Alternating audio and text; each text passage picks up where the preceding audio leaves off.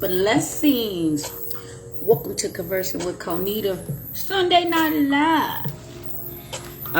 Okay, y'all, I did it tonight. I got the commercial trail in early, so if you guys saw the commercial trail, you know what tonight's topic is going to be about. Otherwise, do you see the title? Do you see the title? Let's get into it, because I did say we're going to get right into it. It's not going to be a long video because I had a long day and I'm kind of tired, but I'm going to get straight to the point. How's everybody's Sunday been? First of all, hope everybody had a really good Sunday. Mine was unplanned. It seems like every time I have an unplanned day or whatever, it just works out just right. So let's get into the topic. Narcs are kids. Kids. Mentally, let me get that clear. Mentally are kids in a grown ass body. If you really think about it, it's kind of gross because, a normal adult with a sane mind, because, you got perverts out there that, stalk kids and all that. We're going to keep it real. But if you really try to picture it, and you're not that sick person that, stalk and, go after kids like some of these perverts out here in the world today, which they going to hell. If you kind of just peel back the layers, and you're looking at this grown-ass adult, and then you realize everything that they do is something that a kid would do, the first thing you experience is embarrassment. You literally got to almost change their diaper and powder their ass. And that's first thing you experience is embarrassment because you can't take them anywhere.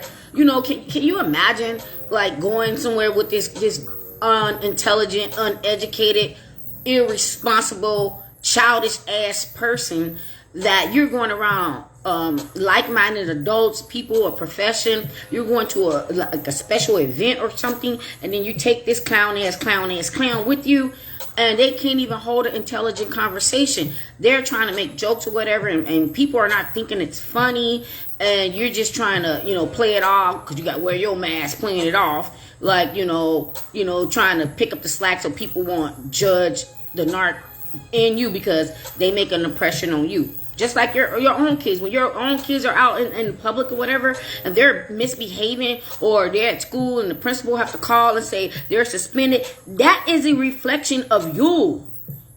That is a reflection of you because they be like, who raised you? Wild animals? Hyenas? Same thing you think about with the narc. Who raised them? Hyenas? Because why are they like they are?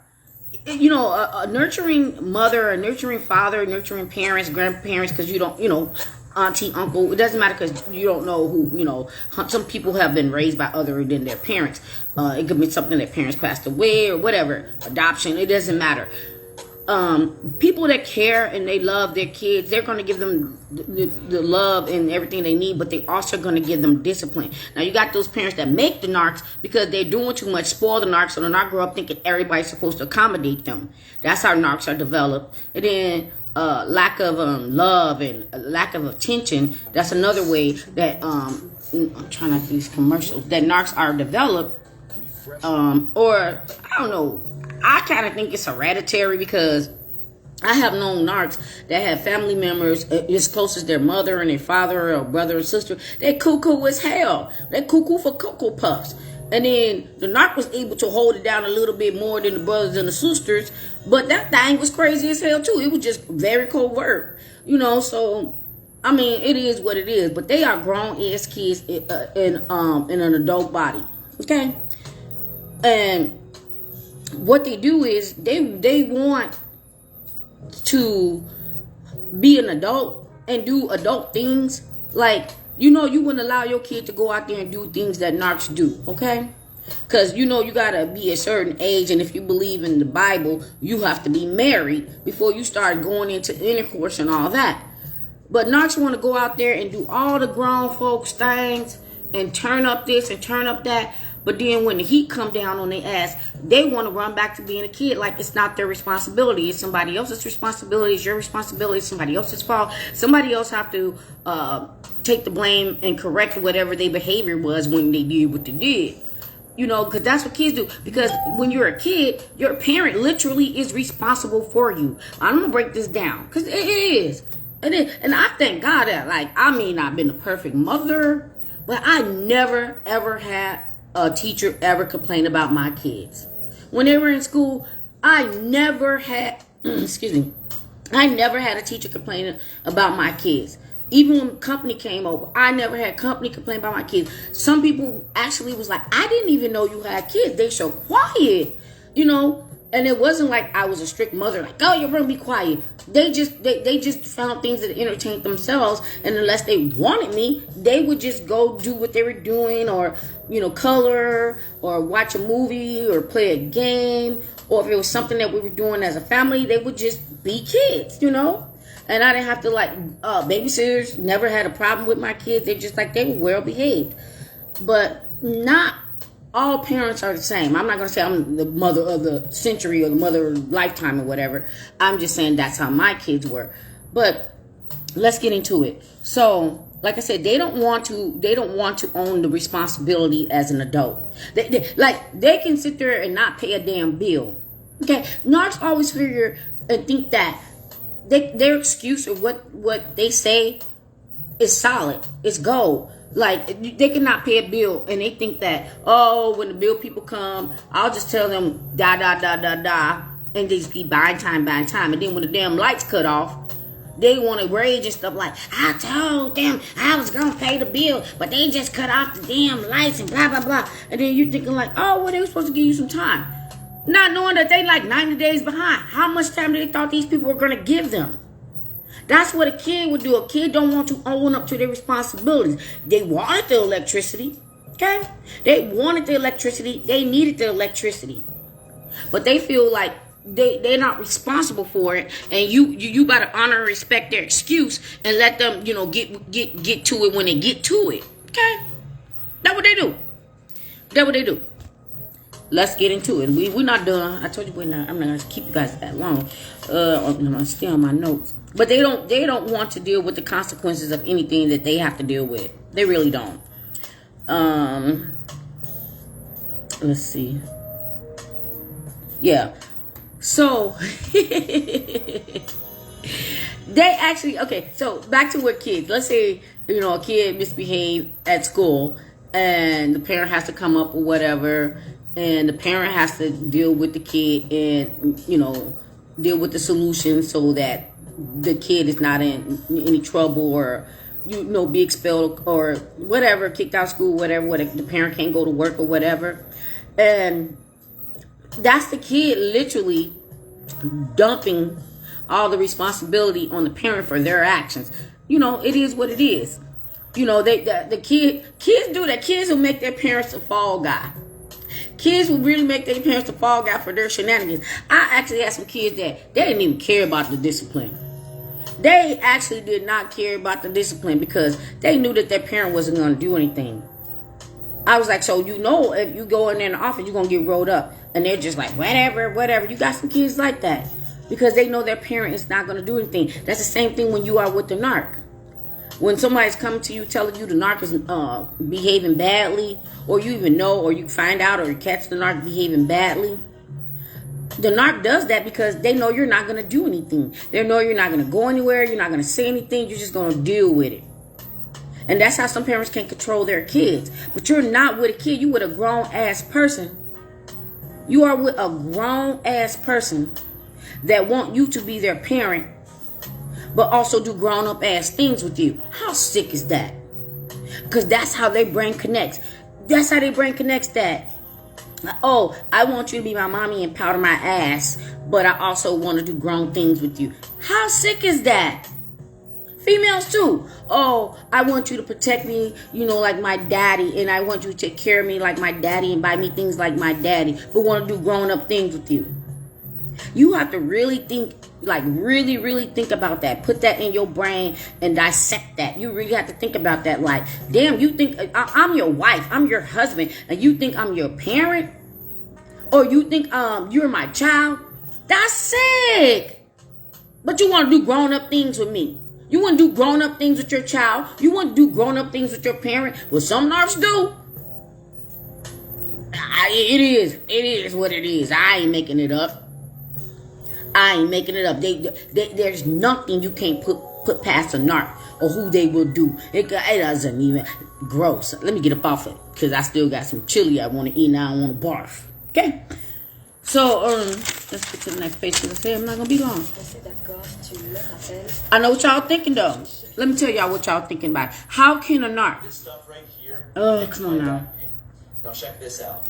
I'm skipping this, and then this is a growth commercial with this dude with bumps on his back. Anyway, I know what y'all thinking. You thinking like if they're acting like kids and have the mindset of a kid, how can they, get away with things because kids are not smart enough to outsmart an adult? That's one thing, and kids are not purposely trying to be evil. That's another thing. They are these narcs. They're manipulative, just like kids are. So we're gonna get into it, and I'm not saying it in a bad way when I say kids, because I'm gonna break it down. Because kids can.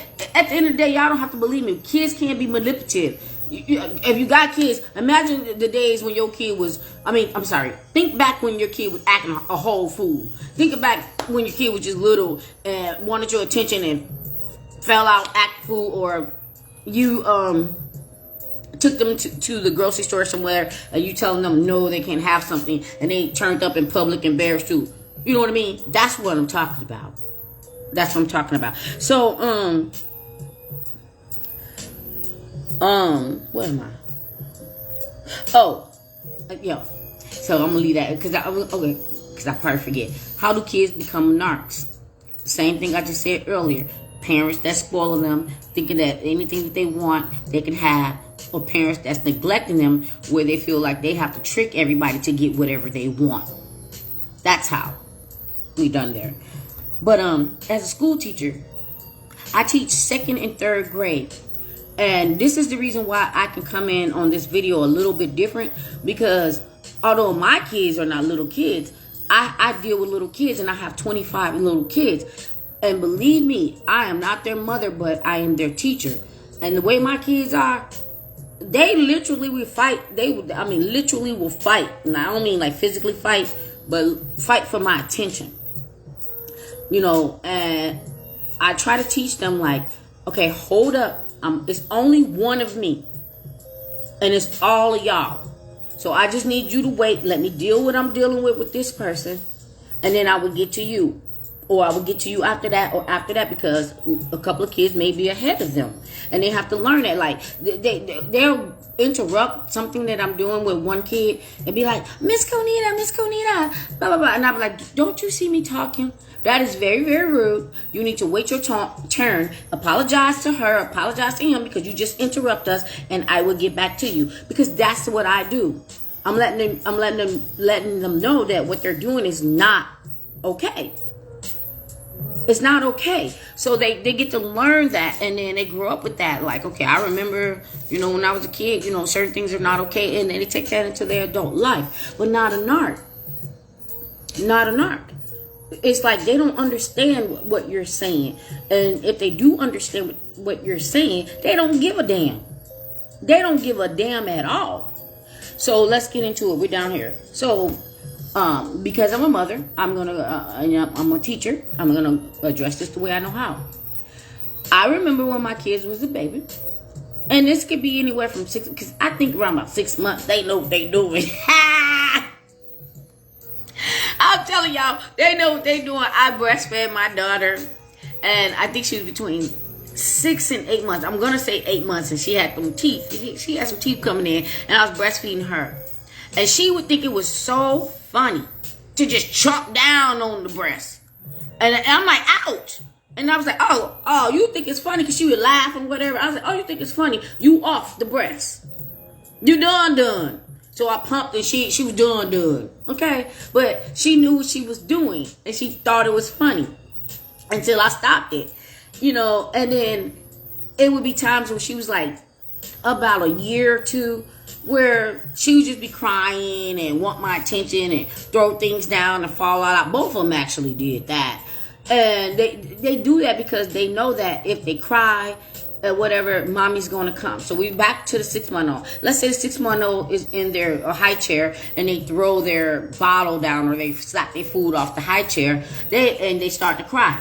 they know that you're gonna go pick it up and you're gonna be like, oh, blah blah blah, and then maybe you're gonna sit there and play with them while you're spoon feeding them and making it fun for them. So now they're happy that they're getting your attention. But that's okay, because you have to give babies attention, because if you don't, they become a knock. So that's the baby. Let us move on to a 2-year-old. A 2-year-old, you can be like, getting ready to feed them, and maybe they don't like the food or whatever, or they want some junk before the food, and you tell them no, eat their food first, and now they falling all out, kicking and screaming and rolling all around on the floor and whatever, and you just like, you about to get up, you're gonna eat your food, but they're acting a whole fool, crying and kicking and blah blah blah to get their way. And some parents can be like, okay, pick them up, blah blah blah, and let them get their way. And some parents just don't. It is what it is. But it's not that they're being a bad parent, because at 2 years old, you really about to get up on it. Real talk. Yeah. It's gonna be over there. So, but the kid knew what they were doing. They knew that if they fell out and act a whole fool, that they were gonna get their way. Now I'm gonna go way past that. We're gonna go to a teenager or a preteen. Let's say that I saw a video the other day, and we're gonna talk about that. But let's say it's a preteen or a teenager, and they're failing in school, and you're like, I'm gonna take your video games, I'm gonna take your cell phone. You need to focus on school, blah blah blah, and they don't want to listen. Or you got a teenage girlfriend teenage girl that has a older boyfriend, and you're like, no, you're not gonna date. You're only 14 years old. This guy is too old, or blah blah blah, and they think they're so grown, because when they get in their preteens and their teenage years, they think they just really smart, and they try to outsmart the parent. Okay, so then let's say the parent takes everything away from them until they listen and their grades get up. Now they want to be a smart ass. Now I'm gonna run away. I'm gonna run away because you ain't gonna do what I want, and I'm gonna go be with my boyfriend, and I'm gonna do this. And you know what's really out there behind that other side of that door from the house. You really do know that. Nothing but danger. But they so grown, they want to do what they're going to do. Now, don't get me wrong. Some of them do that. And when they get out there, the world kick their ass. And then they come running back home. Mommy, mommy, mommy. But that's their way of trying to get you to do whatever it is that they want to do. So they decide to go run away. Police bring them home. Run away. Police bring them home. Run away. And they end up with the wrong crowd. And sometimes they don't come back. They end up with the wrong crowd. And next thing you know, they're on the street. They're doing drugs, prostituting, whatever it is to survive. Because they did not want to follow your rules over a damn cell phone, over a video game when they was living that good life. But some do come back, and then they learn the errors of their ways or whatever. But my point of all that is that those are kids. Like under 18, they're still kids.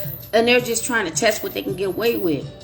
But you can work with that, and you can understand a kid, because their mind ain't there, and they're still developing, and they're still trying to figure out things and understand the world and understand life. So, you go with that, and you just try to teach them the best that you can to make sure that they have the best life ever, but not with a narc. They think, so my point of those stories, like, let's go back to the baby.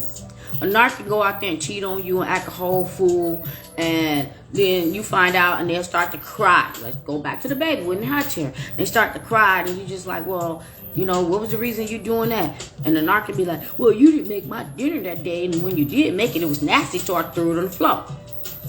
And so, when she called me, she said she made a delicious dinner, and I decided that I was going to go over there and have her delicious dinner because your dinner was nasty, and, one thing led to another, so it was your fault, because if you would have made me a delicious dinner, I wouldn't have had to go over there and have sex with somebody for a delicious dinner. That's the baby in the high chair, in the narc brain. Let's go back to the 2-year-old. They fell all out, acted fool, threw their toys around, and had a tantrum.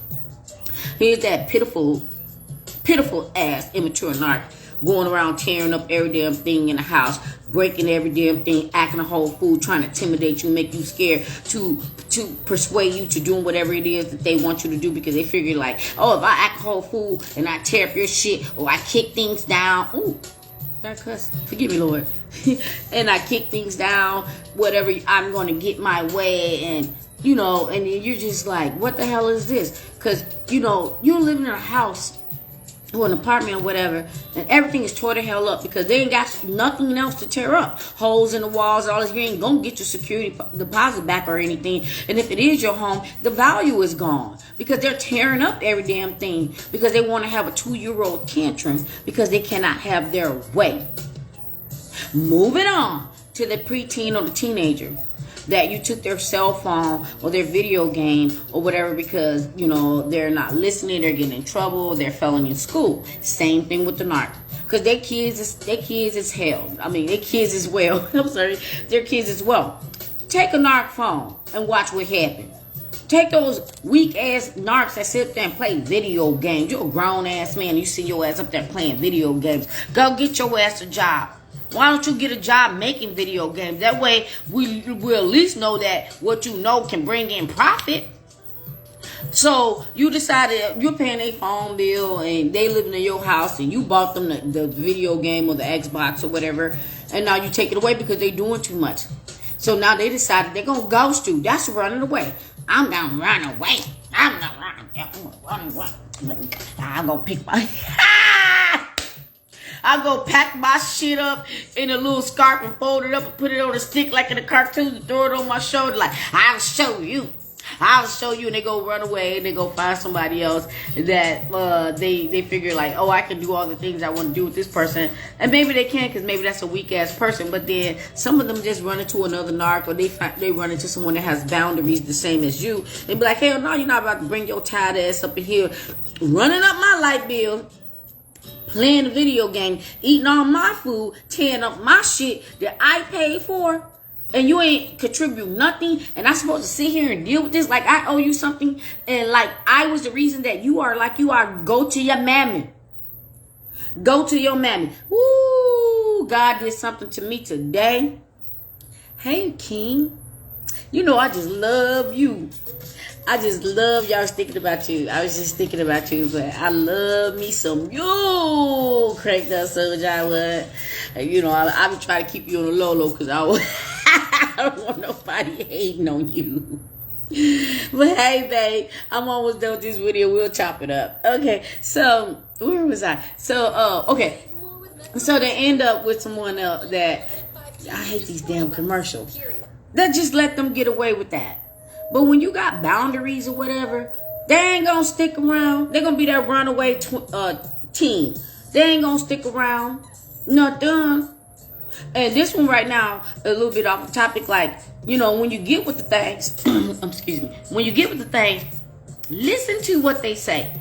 What happened with their last thing, their last relationship, their last marriage, their last encounter, their last, because at the end of the day, they always gonna blame somebody else for whatever happened in the last thing, okay?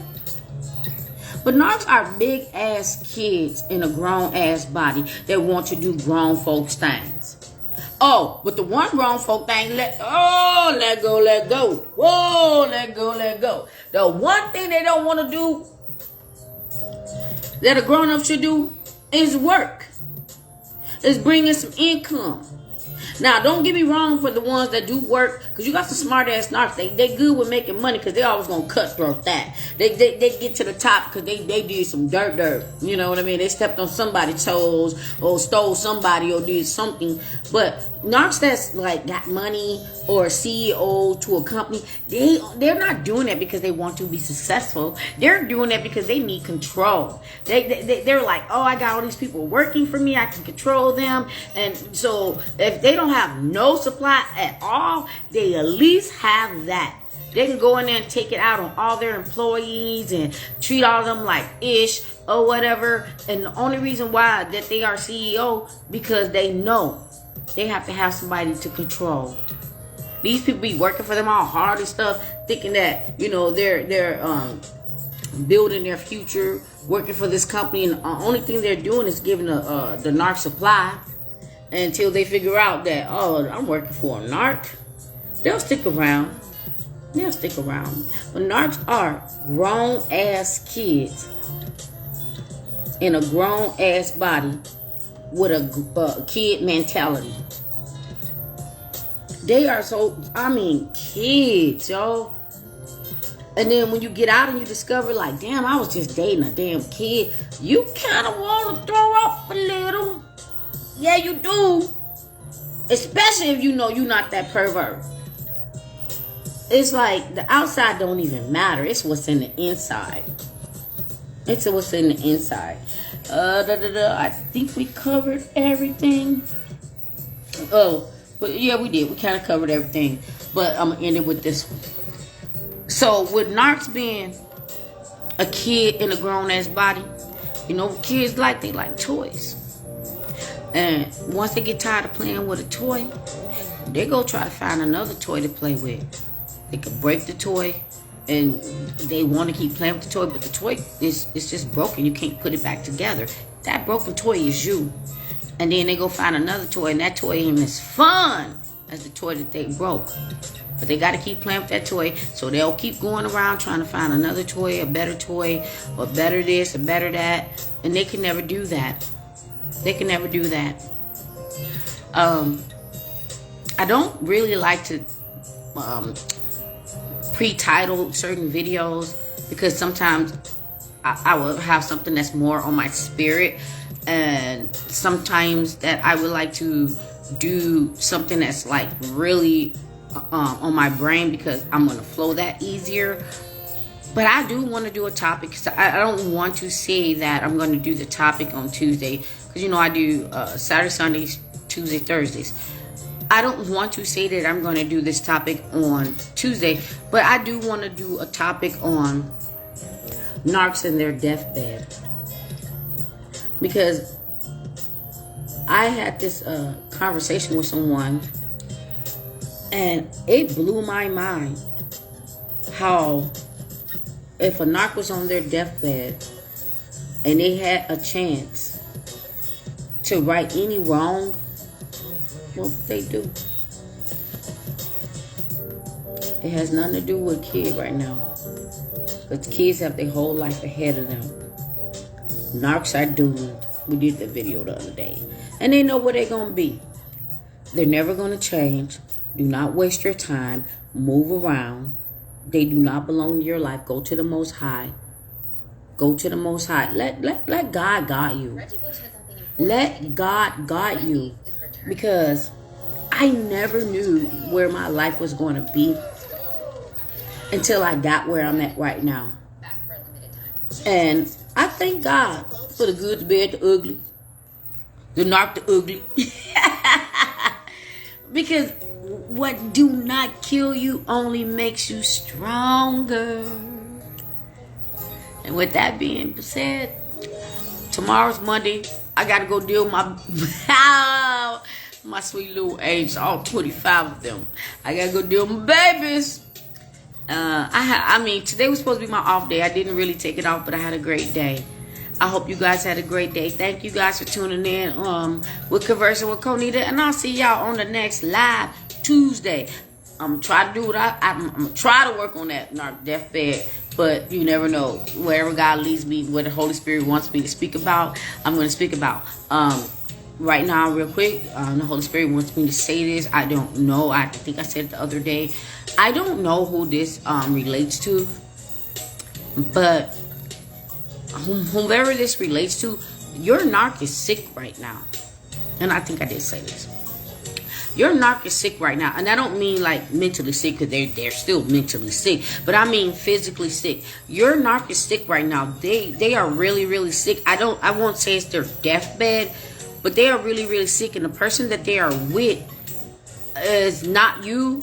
And they're not caring for the narc the way the narc would want to be cared for. And the narc has nobody there. Fake people are there pretending that they care. And they, I'll be there. But this narc is really, really sick. And if I'm wrong, the narc is sick. I don't know. Holy Spirit work through me. Speak through me. If they're sick, they don't know they're sick. And they're going to find out within a few days that they have something that's really, really, really serious. And they're still going to be a narc. But this narc is sick. So I don't know who that was for. I don't know if it was for somebody that's with a narc or it was for the narc. But the narc is sick. I mean, like really sick, and they're needing to go get medical care. And if they don't, one less demon on earth. Keeping it real. Be blessed.